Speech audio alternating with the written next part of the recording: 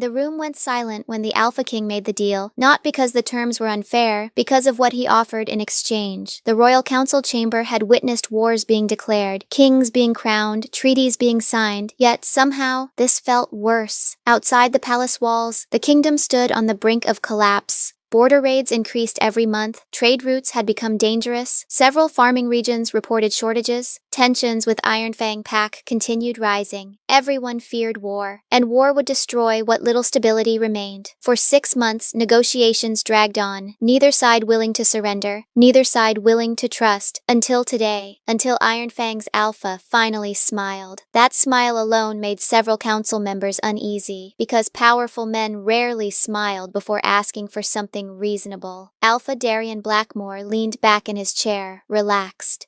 Patient, dangerous. His dark eyes moved around the chamber, studying reactions, measuring weakness. Then, he spoke. If you want peace, give us a guarantee. The statement seemed fair enough. Several advisors nodded. That was the purpose of negotiations. Guarantees, compromises, solutions. Alpha King Rydian Voss folded his arms. What kind of guarantee?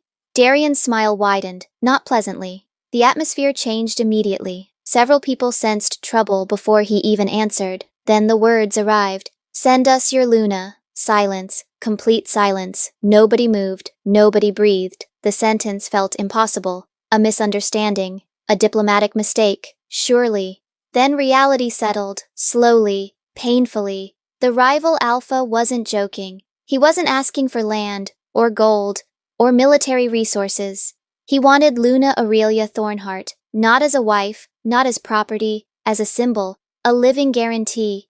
1 year inside Iron Fang territory, 1 year proving peace mattered more than pride. The chamber erupted. Several elders stood immediately. Council members began speaking over one another. Protests filled the room. Impossible. Outrageous. She is the Luna of this kingdom. One advisor nearly dropped his documents. Another openly demanded the negotiations end. Because everyone understood the truth. This wasn't merely a political request. It was personal, humiliating, dangerous, and standing beside the throne, Aurelia listened quietly. For 10 years, she had served the kingdom, negotiated treaties, prevented rebellions, managed crises, solved problems nobody else wanted. She expected outrage. She expected refusal. She expected Rydian to end the discussion immediately. Instead, he spoke. Only 4 words. We accept the terms. The chamber froze. Every voice vanished. Every argument died.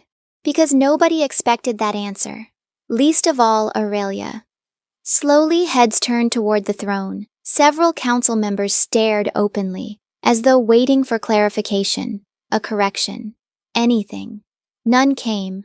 Rydian simply signed the agreement, calmly, efficiently, without hesitation, without discussion, without even looking at her. That was the part that hurt, not the decision itself, the ease of it, as though she were another asset. Another bargaining chip, another item listed beneath trade agreements and military resources. For the first time in years, something inside Aurelia quietly cracked, yet outwardly, nothing changed. She remained perfectly composed, perfectly calm, perfectly dignified. When the meeting finally ended, she bowed respectfully, then left the chamber without a single word. An elderly advisor watched her disappear down the corridor. His expression darkened. Because unlike everyone else, he understood exactly what had happened. And as the massive doors closed behind her, he whispered softly, "The kingdom just lost something it cannot replace." Unfortunately, he was right. The kingdom expected outrage. Instead, it received silence. By sunset, news of the agreement had spread through the capital. Merchants discussed it in crowded markets. Nobles whispered about it behind closed doors. Servants exchanged shocked glances in palace corridors. Everyone seemed to be asking the same question. How could the Alpha King send away his own Luna? The second question followed immediately. How could Aurelia simply accept it? Because that was the part nobody understood. Not the political decision, her reaction, or lack of one. No confrontation followed the council meeting. No accusations, no demands, no emotional scenes. Aurelia returned to her chambers, requested several travel trunks, and quietly began packing. The servants helping her looked increasingly distressed. One young maid finally gathered enough courage to speak. "My Luna!" Aurelia looked up. The girl immediately lowered her eyes. "Are you really leaving?" The question hung heavily in the room. Aurelia smiled gently. Yes.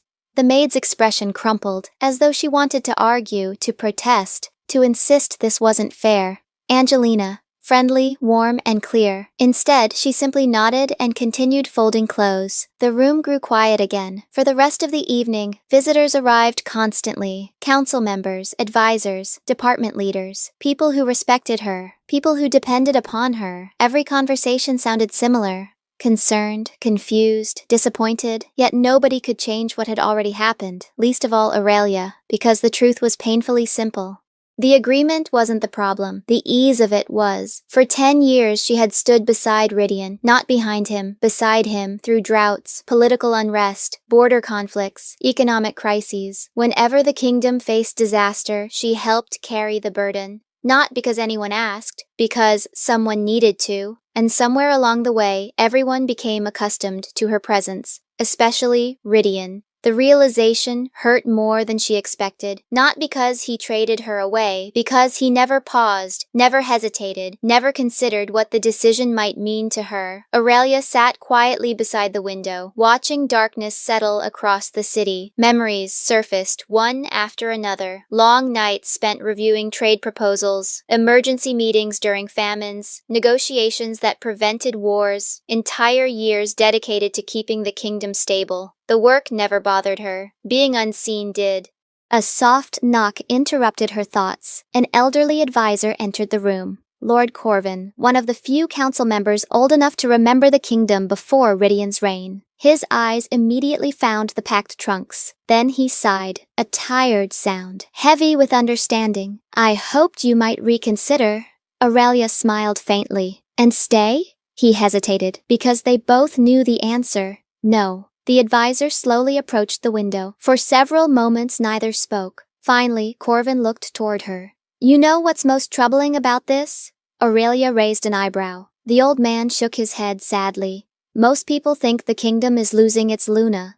Silence. Then he added quietly, they don't realize what else it's losing. The words lingered long after he left, and before sunrise the next morning, Aurelia crossed the northern border, never once looking back.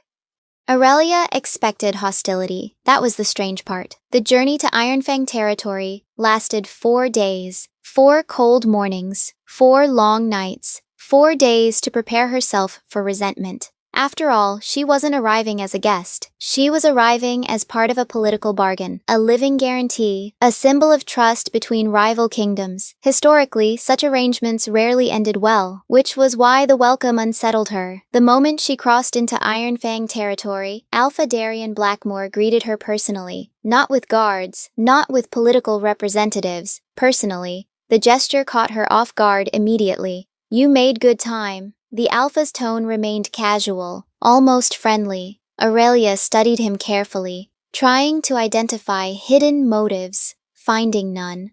Darian noticed. A faint smile appeared. You expected something else. She considered denying it. Instead, she nodded. Yes, the Alpha laughed softly. Most people do. The honesty surprised her. The next surprise arrived inside the capital. The accommodations prepared for her weren't isolated, nor hidden, nor symbolic. She wasn't placed in guest quarters reserved for outsiders. She received a suite adjacent to the council wing, close to leadership, close to decision-making, close to influence. The placement sent an unmistakable message. Her presence mattered. The realization felt unfamiliar, almost uncomfortable. Years of experience taught Aurelia to expect appreciation after results, not before. The days that followed only deepened her confusion. Council meetings included her automatically. Trade discussions requested her opinion. Regional leaders sought her advice, and every time she spoke, people listened. Actually, listened. No interruptions, no dismissals. No assumptions that someone else would provide the final answer. The difference appeared subtle from the outside. Inside, it felt enormous. One afternoon, a dispute erupted between 2 merchant districts, a problem Ironfang had struggled with for months. After listening quietly, Aurelia suggested a compromise. Simple, practical, effective. The issue resolved within an hour. Nobody treated the outcome as unusual. Nobody acted surprised. Instead, one council member simply nodded. Good solution. Then the meeting continued. The reaction stayed with her, because nobody congratulated her, nobody praised her, nobody turned the moment into something dramatic. Competence was simply acknowledged, respected, expected. The experience felt strangely refreshing. Weeks became months. Slowly, Iron Fang transformed. Trade expanded, infrastructure improved, agricultural production increased. Several long-standing disputes disappeared entirely. Angelina, friendly, warm, and clear. Not because Aurelia possessed extraordinary abilities, because organization matters, because leadership matters, because competence tends to improve everything it touches. For the first time in years, she wasn't carrying responsibilities alone. She was working alongside people who recognized her value while she was still present. The distinction mattered more than she expected. Meanwhile, hundreds of miles away, another kingdom began noticing her absence. At first, the problems seemed minor. A delayed trade report, a forgotten diplomatic response, an unresolved border complaint. Small things. Easy to dismiss individually until they weren't, because one problem became three became 10. And by the time the first council emergency meeting was called, Rydian Voss still had no idea how much of his kingdom depended upon the woman he traded away. At first, Rydian barely noticed. Why would he? Kingdoms faced problems every day. Trade delays happened, diplomatic misunderstandings occurred, administrative mistakes were inevitable. None of that seemed unusual. The first warning arrived 2 weeks after Aurelia's departure. A trade caravan failed to reach its destination. The second warning came 3 days later. A border dispute escalated because the wrong documents were delivered to the wrong officials. Annoying, but manageable. Rydian handled both situations personally. The problem seemed isolated, unrelated, nothing worth worrying about. Then a third issue appeared, then a fourth, then 7 more. Suddenly, every council meeting began with a new crisis. Regional governors complained about delayed communications. Merchants demanded answers regarding missing agreements. Local leaders reported confusion over development projects. The kingdom wasn't collapsing, not yet, but something was undeniably wrong, and nobody understood why. One afternoon, Rydian sat through a particularly frustrating council session. The room buzzed with arguments. Advisors blamed one another. Officials exchanged accusations. Everyone seemed convinced someone else caused the problems. Finally, Rydian slammed a hand against the council table. The chamber instantly fell silent. Enough. The word echoed sharply. His gaze swept across the room. What exactly is happening? No one answered immediately. Several advisors avoided eye contact, which only deepened his irritation. Eventually, Lord Corvin cleared his throat. The elderly advisor looked exhausted, more exhausted than usual. That alone caught Rydian's attention. Corvin slowly opened a file, then another, then another. The stack seemed endless. What you're seeing, Your Majesty, is the accumulation of hundreds of small failures. Rydian frowned. What does that mean? The old man sighed, a tired sound. One Rydian was beginning to hear far too often. It means problems are reaching us now. Silence. Then, they didn't before. The statement confused several council members, including Rydian. Corvin continued. For years, someone resolved these issues before they became crises. The room grew quiet, because everyone already knew where the conversation was heading. No one wanted to say it aloud. Corvin finally did. Aurelia. The name settled heavily over the chamber. Several advisors shifted uncomfortably. Others looked away, because suddenly the pattern became impossible to ignore. Trade reports. Diplomatic correspondence, agricultural planning, regional coordination. Aurelia's involvement appeared everywhere, not visibly, quietly, consistently, like roots beneath the soil. Unseen, essential. Rydian stared at the growing stack of reports. Each page revealed another responsibility she managed, another system she maintained, another problem she prevented. The discoveries continued for weeks. Every investigation uncovered more. The kingdom wasn't struggling because she left. The kingdom was struggling because nobody realized how much she carried while she was here. The realization unsettled him, deeply. Yet somehow the worst news had not arrived yet. Because while administrators scrambled to repair damaged systems, another crisis emerged, one no amount of organization could solve. It began in the western farmlands, a small harvest failure, nothing unusual. Then a second region reported the same issue, then a third. Within a month, entire agricultural districts were sending emergency messages to the capital. The crops were dying, and nobody understood why. The first reports caused concern, the second caused alarm, the third caused panic. Within 6 weeks, nearly a third of the kingdom's agricultural districts reported the same problem. Healthy crops were failing without explanation. Fields that had flourished for generations suddenly withered. Fruit trees stopped producing. Harvest yields dropped dramatically. Nothing made sense. Royal scholars blamed weather patterns, then soil conditions, then disease. Each theory collapsed under investigation. Angelina, friendly, warm, and clear. Because the affected regions shared no obvious connection, different climates, different farming methods, different terrain, yet the same disaster. Rydian spent longer hours inside council chambers than he had in years. Every meeting produced more questions than answers. Every report sounded worse than the last, and still, nobody understood why. Then the wells began drying up. That was when fear truly spread. Several villages reported declining water levels. Ancient springs weakened unexpectedly. Rivers that had remained stable for centuries suddenly changed. The kingdom's anxiety transformed into desperation. Because crops could be replanted, water was different. Water meant survival. One evening, while scholars argued over theories, an elderly historian requested an audience. Most people ignored him. At first, the man was nearly 80, quiet, forgettable. The sort of scholar people only noticed when searching for old records. Yet when he entered the council chamber, his expression immediately captured attention. He looked terrified. Rydian sat forward. "What is it?" The old historian placed several weathered books on the table. Ancient texts. So old that portions were beginning to crumble. "I found something." Silence settled across the room. Because nobody liked that phrase during a crisis, the historian carefully opened one of the books. His hands trembled slightly, not from age, from fear. "What you're experiencing has happened before." Several scholars frowned. That seemed impossible. No records described a disaster like this. The historian nodded slowly. "Because nobody remembers it." The room grew quiet.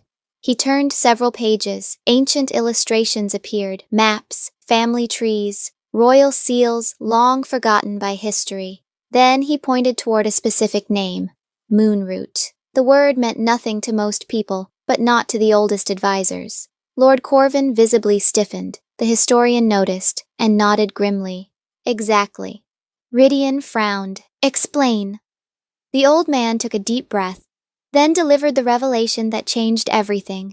Nearly 1,000 years earlier, the kingdom formed a sacred covenant, not with neighboring territories, not with royal families, with the land itself.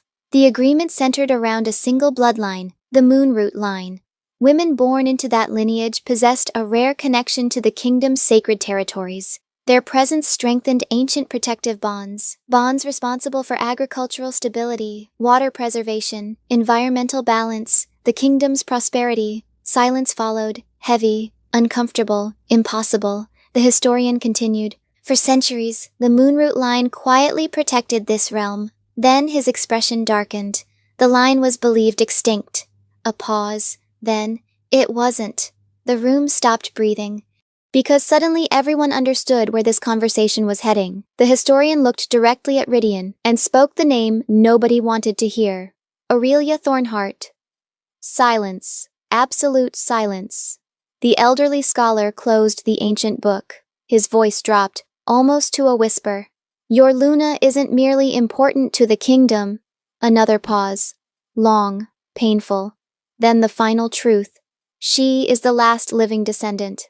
And at that moment, Rydian realized he hadn't traded away a political symbol. He had traded away the very thing keeping his kingdom alive. For the first time in his reign, Alpha King Rydian Vos was afraid, not of war, not of rebellion, not of political enemies. Those were problems he understood, problems he knew how to fight. This was different, because every solution seemed to point toward the same person, and she was gone. The council chamber remained silent long after the historian finished speaking. No one knew what to say. What words could possibly follow a revelation like that? Rydian stared at the ancient records spread across the table, the Moonroot line, the sacred covenant, the kingdom's failing lands. Everything felt impossible. Yet the evidence continued piling up. The crops began dying shortly after Aurelia left. The water sources weakened after her departure. The protective bonds deteriorated in her absence. Coincidence no longer felt convincing. Lord Corvin finally broke the silence. "Your Majesty." Ridian looked up. The elderly advisor's expression held no triumph, no satisfaction, only sadness. A deep, weary sadness. "I warned them." The statement landed heavily, because it was true. Corvin had warned the council, warned the nobles, warned anyone willing to listen. The kingdom just lost something it cannot replace. At the time, most assumed he meant her political abilities, her leadership, her experience. No one imagined he meant this. No one imagined he meant the kingdom itself. Ridian rubbed a hand across his face. Exhaustion settled heavily on his shoulders. Then another realization arrived, one somehow worse than the first. Angelina, friendly, warm, and clear. The kingdom didn't only depend on Aurelia because of ancient magic, it depended on her because of everything else. The investigations continued, and every report made the situation more painful. Trade agreements, diplomatic networks, agricultural planning, infrastructure projects, community programs. Aurelia's influence touched all of them, not because she sought power, because she solved problems, quietly, consistently, without asking for recognition. One advisor presented records from the eastern provinces, another brought correspondence from border territories, a third delivered development plans scheduled years into the future. Every document carried the same invisible signature, Aurelia, not written across the page, embedded within the work itself. The deeper Ridian looked, the worse he felt, because he began recognizing a pattern. Whenever something succeeded, he accepted it. Whenever a crisis disappeared, he moved on. Whenever a difficult problem somehow resolved itself, he never asked how or who. He simply benefited. Day after day, year after year, the realization struck with humiliating force. He never truly understood her value. He only enjoyed the results of it.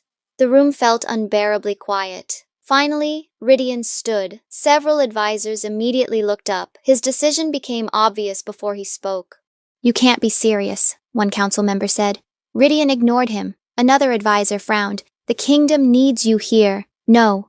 His voice remained calm, certain. "The kingdom needs Aurelia."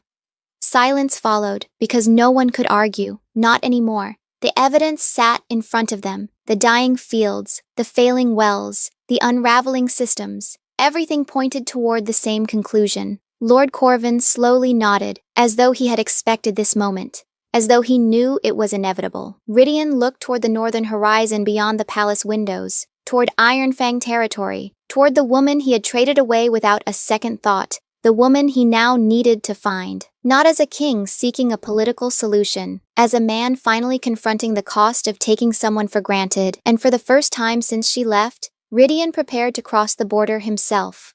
The journey to Ironfang took 5 days. 5 days of snow-covered roads. 5 days of uncomfortable thoughts. 5 days with nothing to distract Ridian from the truth. By the time he crossed the border, he no longer knew which realization haunted him most, the fact that his kingdom was failing, or the fact that Aurelia seemed to be flourishing. The reports had been consistent. Still, seeing it himself was different. Ironfang was thriving. Markets bustled with activity. Trade caravans moved efficiently through newly organized routes. Villages showed signs of recent development. Even the atmosphere felt different, optimistic, stable, alive. The sight unsettled him. Not because Ironfang prospered, because he recognized the pattern. He had seen this before, inside his own kingdom, years ago, before Aurelia left. The realization followed him all the way to the council complex.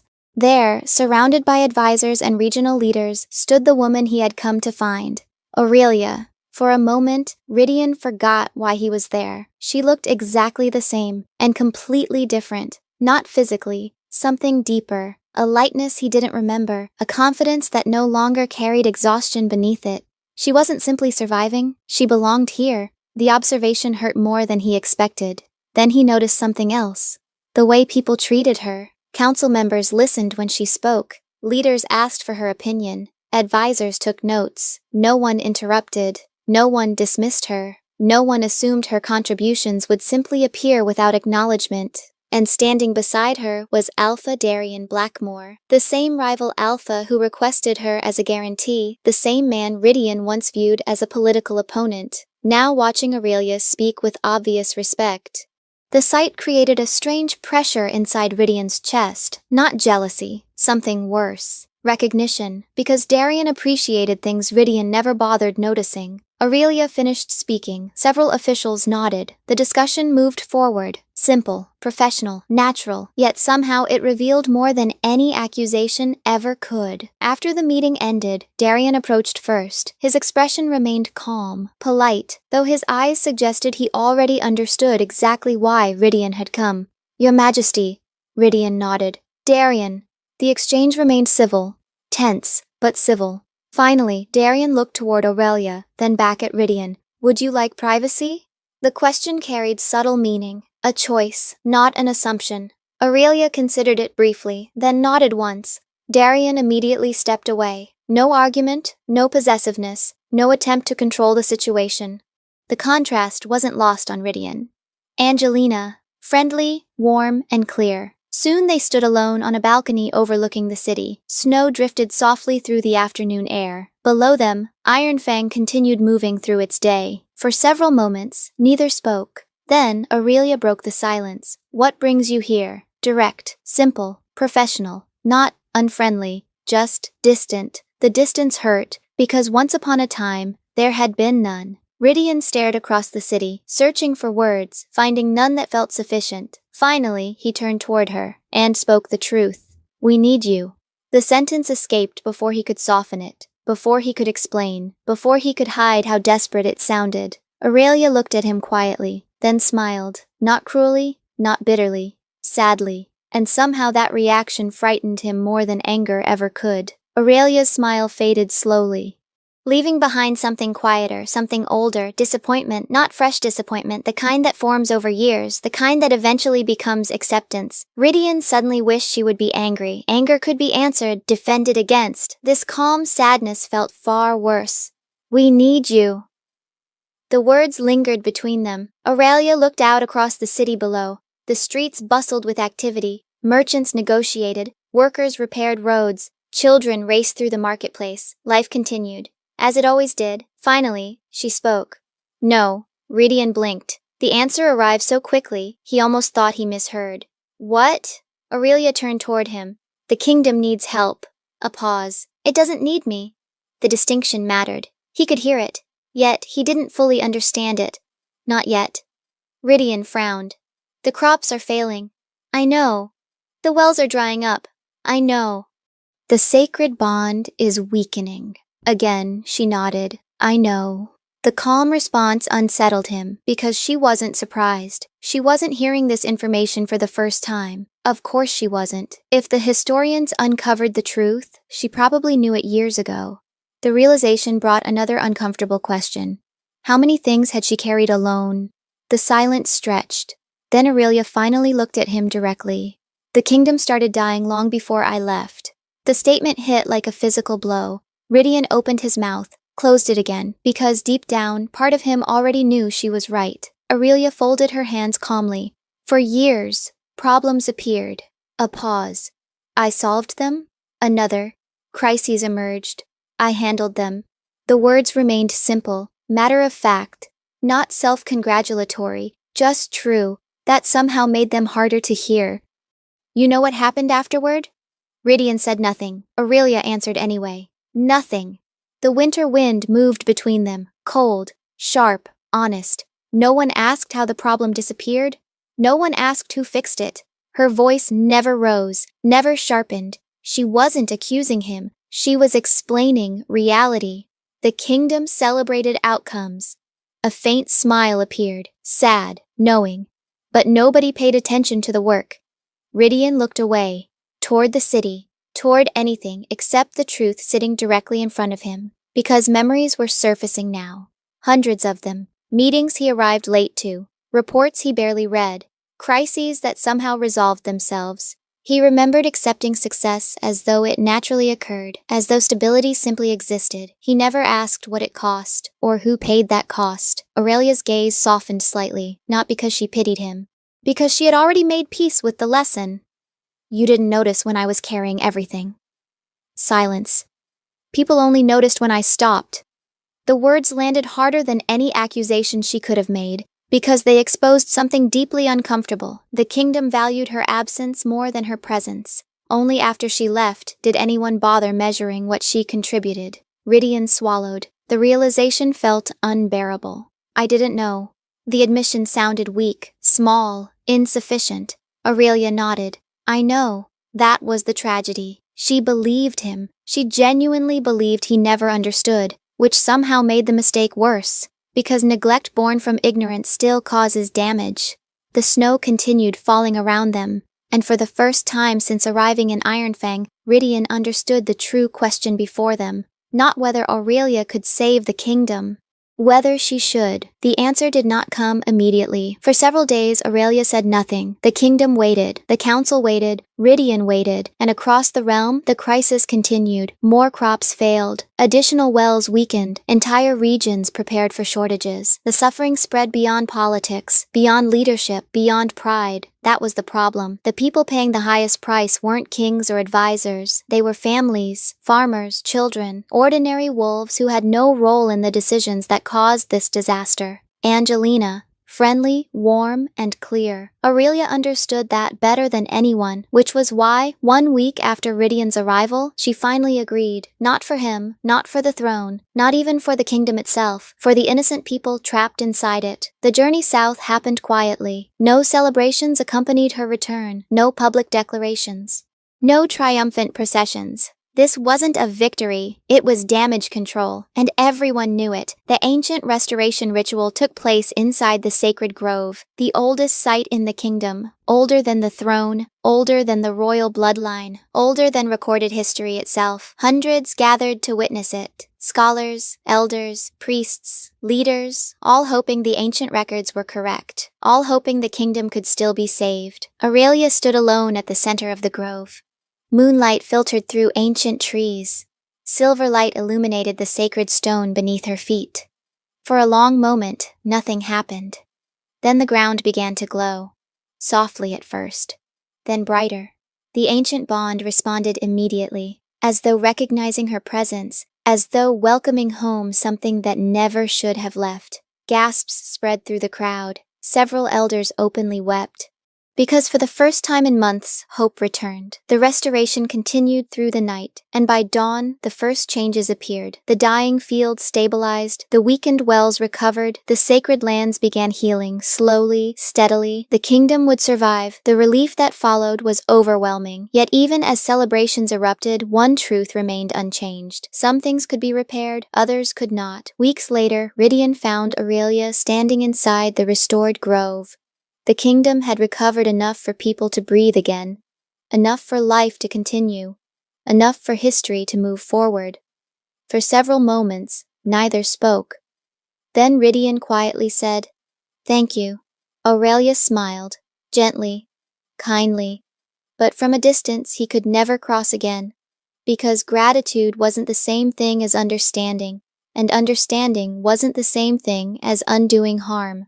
The lesson had arrived too late for that. Years later, historians would record the crisis in great detail. The failing harvests, the weakening bond, the restoration, the recovery. Most accounts focused on the kingdom, the disaster, the politics. They missed the most important part. The story was never truly about a kingdom. It was about a woman traded away like a bargaining chip, a woman whose value remained invisible while she carried burdens no one else noticed, a woman people only appreciated after she was gone. And generations later, young rulers still studied that lesson, not because it involved ancient magic, because it involved something far more common. People often mistake quiet strength for endless strength. They assume the person carrying the heaviest burdens will continue carrying them forever, until one day that person leaves.